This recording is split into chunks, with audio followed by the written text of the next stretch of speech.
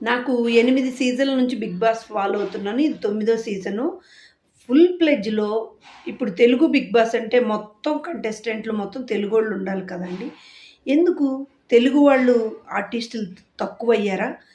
'Big boss' team తెలుగోళ్ళని select చేయట్లేదా? వాళ్ళు ఆడిషన్‌కి రావట్లేదా?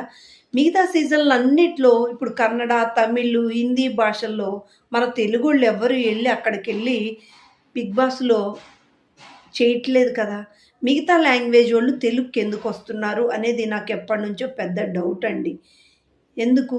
ఈ సీజన్‌లో మిగతా సీజన్‌లతో పోలిస్తే ఈ సీజన్‌లో తెలుగు వాళ్ళు ఎక్కువ మందే ఉన్నారు. సెలెక్ట్ చేశారు. బానే ఉంది. కానీ తెలుగు తెలిసిన ఇంగ్లీష్ మాట్లాడేవాళ్ళు, ప్లస్ తెలుగే అర్థం కాని వాళ్ళు, ఇతర భాషోళ్ళు చాలా మందున్నారు. వీళ్ళు మాట్లాడుతుంటే ఇది తెలుగేనా అని డౌటొచ్చేవాళ్ళు కూడా ఉన్నారు. కానీ ఈసారి కొంచెం కేర్ తీసుకున్నారు. మంచిగా సెలెక్ట్ చేశారు. ఎందుకంటే ఎక్కువ 6 మెంబర్స్ కామనర్స్ కాబట్టి వాళ్ళందరూ తెలుగు ఫ్లూయెన్సీగా మాట్లాడుతున్నారు. సెలబ్రిటీల్లో కూడా పర్లేదు. ఈ డౌట్ నాకెప్పటినుంచో.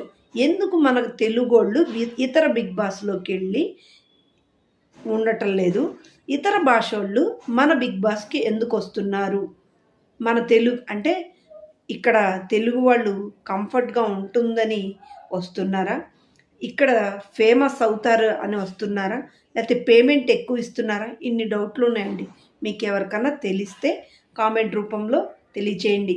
మన ఛానల్‌లో మాత్రం మీరు ఆల్ అండ్ బెల్ ఐకాన్ నొక్కండి. మీకు నచ్చితే ఒక లైక్ చేయండి. మీ అభిప్రాయాన్ని కామెంట్ రూపంలో చేయండి.